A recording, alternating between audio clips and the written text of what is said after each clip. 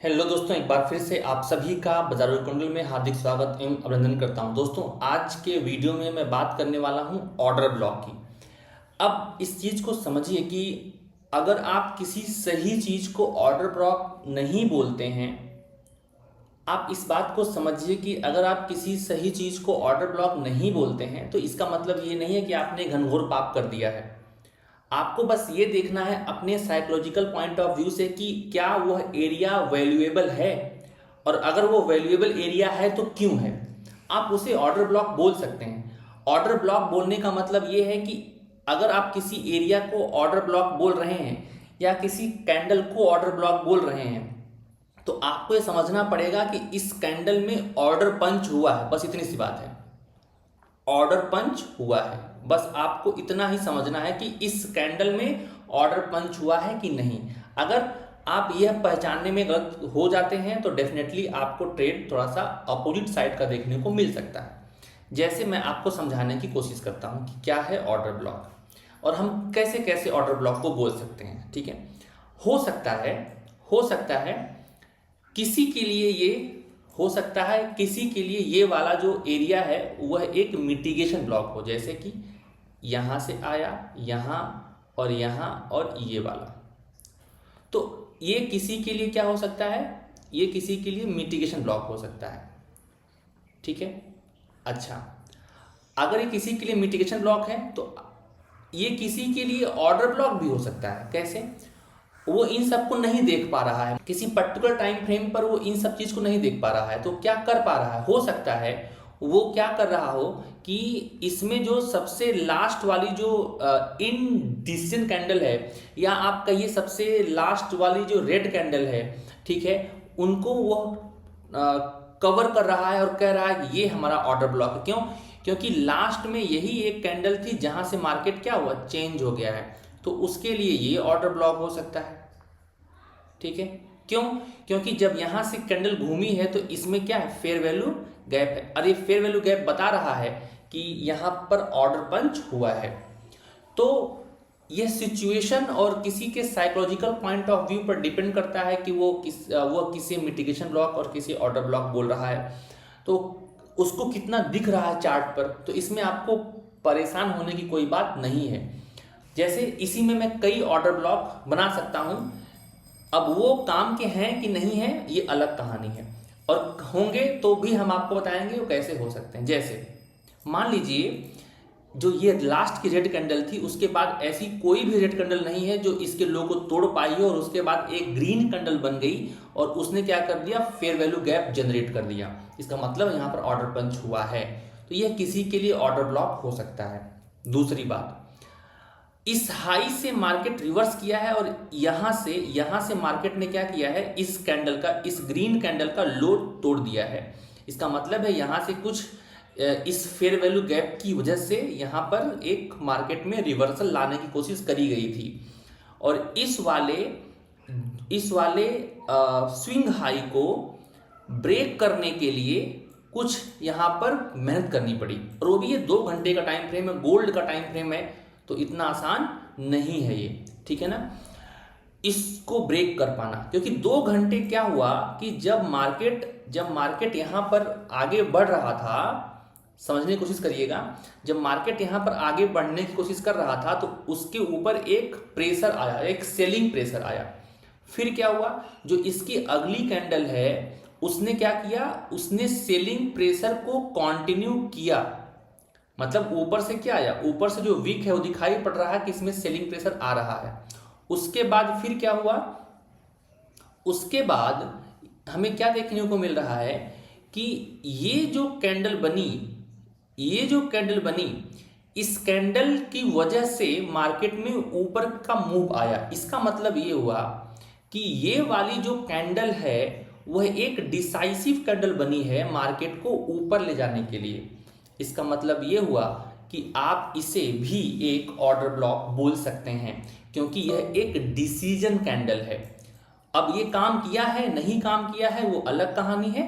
पहले आप इसको देखिए कि इस कैंडल की वजह से सेंटीमेंट थोड़ा चेंज हुआ है, तो वह भी एक हमारे पास ऑर्डर ब्लॉक है।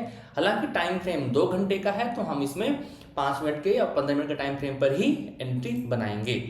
उसके बाद फिर क्या हुआ, मार्केट ऊपर गया, यहाँ पर एक और बहुत ही अच्छा मूव आया था, यहाँ से बहुत पैनिक सेलिंग आई थी, मतलब ये वाला जोन बहुत इंपॉर्टेंट था और इसकी वजह से यहाँ पर एक रेड कैंडल बनी 2 घंटे के टाइम फ्रेम पर, इसकी वजह से यहाँ पर एक रेड कैंडल बनी।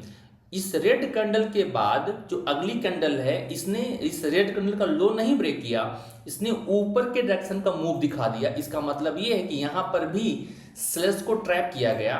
तो इसमें इसलिए यह भी जो हमारे पास ये एक रेड कैंडल है, ठीक है ना, या आप रेड कैंडल के बाद जो ग्रीन कैंडल है, यही एक डिसाइसिव कैंडल है, यहाँ से डिसीजन लिया गया कि मार्केट को ऊपर लेके जाना है। तो आप इस पूरे ग्रीन कैंडल को कवर कर लीजिए और बोल दीजिए कि ये हमारे पास क्या है, एक ऑर्डर ब्लॉक है। अब हमारे पास 1 2 3 ऑर्डर ब्लॉक हैं।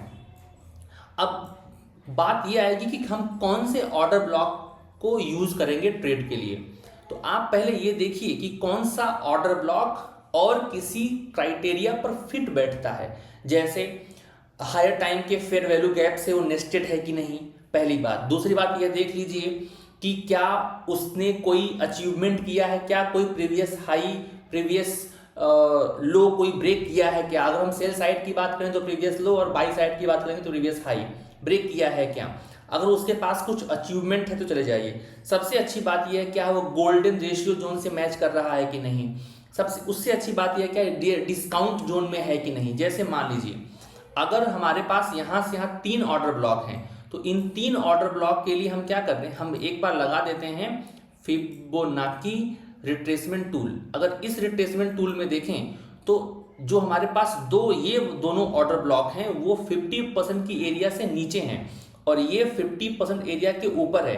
तो हमें ये वाला जो ऑर्डर ब्लॉक है इसे ट्रेड करने से बचना चाहिए, क्योंकि यह क्या है, एक प्रीमियम जोन में, मतलब यहाँ से हम सेल का सोचते हैं ना कि बाई का सोचते हैं। तो अगर हम इसको न ट्रेड करके इसका वेट करेंगे तो ज़्यादा बेहतर होगा। लेकिन जब इस ऑर्डर ब्लॉक में आ करके 2 2 4 2 6 2 8 ये 8 घंटे कैंडल ऊपर जाएगी ना, तब उस समय आपका जो कन्विक्शन है वो हिल जाएगा कि नहीं हमने गलती कर दी, हमें ट्रेड लेना चाहिए था, तो हमें यहाँ पर वेट नहीं करना चाहिए था आने का। लेकिन मार्केट है, आज नहीं तो कल नहीं तो परसों आ भी सकती है और नहीं भी आ सकती है। तो हमें कम से कम कुछ जगह पर डिसीजन जो भी लें उस पर हमें बने रहना चाहिए। उसके बाद जब मार्केट इस जोन में एंट्री की तो फिर हम यहाँ से एंट्री के लिए जा सकते हैं, अगर हमें एंट्री मिल रही है तो। अदरवाइज ये वाला जोन बहुत ही परफेक्ट जोन होगा। क्यों? क्योंकि यह जो जोन है सबसे निचला जोन है डिस्काउंट जोन का, और यह फेयर वैल्यू गैप के साथ है। तो इस जोन से बहुत ही अच्छा मूव आने की संभावना ज़्यादा होती है। बस हमें इसी क्राइटेरिया को फॉलो करते हुए आगे बढ़ते रहना चाहिए कि कौन सा एरिया किस चीज से मैच कर रहा है। अगर किसी एक पॉइंट ऑफ इंटरेस्ट वाली जो एरिया है वो किसी और भी क्राइटेरिया पर फुलफिल बैठती है तो उसके काम करने की जो प्रोबेबिलिटी है वो बढ़ जाती है। तो आई होप आपको ये समझ में आया होगा कि हम कौन से ऑर्डर ब्लॉक को और कैसे ट्रेड करें। कैसे ट्रेड करने के मामले में हमें क्या कहना चाहिए, हमें चलना चाहिए 15 मिनट के टाइम फ्रेम पर, क्योंकि हम 5 मिनट का टाइम फ्रेम लगाएंगे तो हमें हमें ट्रेडिंग व्यू पर दिखाई नहीं पड़ेगा, इसलिए हम चलते हैं 15 मिनट के टाइम फ्रेम पर। अगर हम 15 मिनट के टाइम फ्रेम पर आते हैं तो हमें ये देखने को मिलता है कि यहाँ पर हर एक जोन में जैसे ही हम यहाँ पर एंट्री लेते हैं 15 मिनट के लिए, तो हमें समझ में आएगा कि क्या कैसे करना चाहिए। सबसे अच्छी बात कि जरा देखिए, इस कैंडल ने ये बता दिया, अगर हम पहले जोन को देखें और 15 मिनट टाइम फ्रेम पर वेट कर रहे हैं तो हमें कुछ देखने को अच्छा मिलेगा। इसमें जरा देखिए, इस वाली कैंडल ने बता दिया कि यहाँ से एक बहुत ही अच्छा प्रेशर आ रहा है, ठीक है। उसके बाद लेकिन हमें इसके हाई के टूटने का वेट करना चाहिए। नहीं टूटा, ये वाली कैंडल आई, फिर उसके बाद जो ये कैंडल आई, इसके बाद जो ये वाली कैंडल आई, अभी भी इसी के रेंज के अंदर है। मतलब कि अगर आप ध्यान से देखें तो यहाँ से यहाँ तक सारी जो कैंडल्स है वो इनसाइड कैंडल्स बनी हुई हैं, मतलब एक कैंडल के अंदर में बनी हुई हैं, ठीक है। तो 1 2 3 4 ये 4 जो कैंडल्स हैं वो बनी हुई हैं एक ही कैंडल के अंदर में, ठीक है। तो अब क्या होगा, जब ये सारी इसी के अंदर बनी हुई हैं तो अब हमें ये तो शर्तिया वेट करना पड़ेगा, या तो इसका लो टूटे या तो इसका हाई टूटे।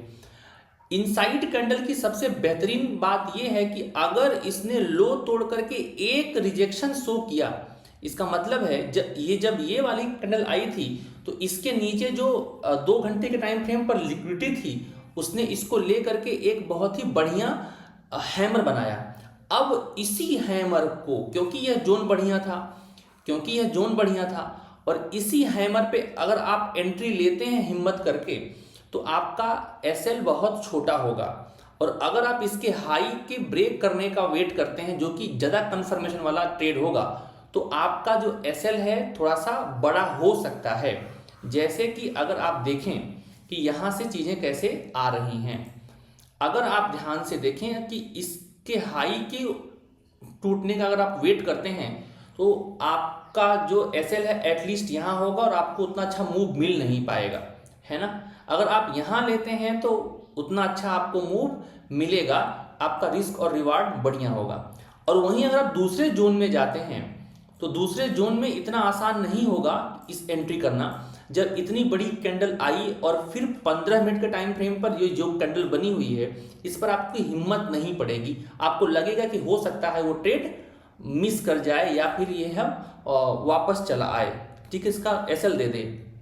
लेकिन अगर आप इसमें वेट करते हैं तो वेट कर सकते हैं, ये कन्विक्शन के साथ, कंफर्मेशन के साथ ये ट्रेड लिया जा सकता है, क्योंकि यहाँ ये वाली जो कैंडल है इसमें ये सारी की सारी अगर इनसाइड कैंडल बनना स्टार्ट होंगी तो ये अपना नेचर शो करेंगे कि हमें ये क्या करना चाहती हैं। और जैसे ही आप अगर इसमें वेट करते हैं तो वेट करने के बाद इसने जो डिसाइड कर दिया ना, ये बहुत ही बेहतरीन तरीके से मूव दिया ये वाली कैंडल, ठीक है। अगर ये वाली कैंडल नहीं बनी होगी तो इसके पहले जो ये कैंडल बनेगी, अगर आप इस कैंडल पर ट्रेड ले करके इसी का एसएल रखेंगे तो एसएल चला जाएगा। सबसे सेफ एसएल यही होगा, ये ध्यान रखिए, सबसे सेफ एसएल यही होगा। लेकिन ये एसएल इतना बड़ा होगा क्योंकि आपने एंट्री लेट ली है, अगर आप यहाँ पर एसएल लेंगे तो कुछ छोटा होगा थोड़ा सा, लेकिन अगर आप यहाँ पर एंट्री लेंगे इस कैंडल पर तो आपका एसएल भी थोड़ा सा बड़ा होगा। तो बस आपको ये 1:1 का ही मूव मिल सकता है, ठीक है। तो जब एंट्री बनाएंगे तो एंट्री या तो अगर आपका एरिया अच्छा है तो एक कैंडल के बेस पर भी आपकी एंट्री अच्छी हो सकती है, लेकिन अगर आपका एरिया अच्छा नहीं है तो आपको थोड़ा सा वेट करना चाहिए। अब अगर आप यहाँ आएंगे तो यहाँ पर आपको एक कैंडल पर ही एंट्री अच्छे से मिल जाती है, ठीक है। तो हमें एंट्री कैसे करनी है ये इसमें भी अपना एक आर्ट है, और ये धीरे धीरे देखने से और आंखें जब ट्रेन होंगी तभी समझ में अच्छे से आएगा। आई होप आपको ये पूरी बात समझ में आई होगी कि हमें कैसे ऑर्डर ब्लॉक को छांटना है, कौन सा ऑर्डर ब्लॉक अच्छा काम करेगा और हमें कैसे एंट्री बनानी है। जय हिंद, जय भारत।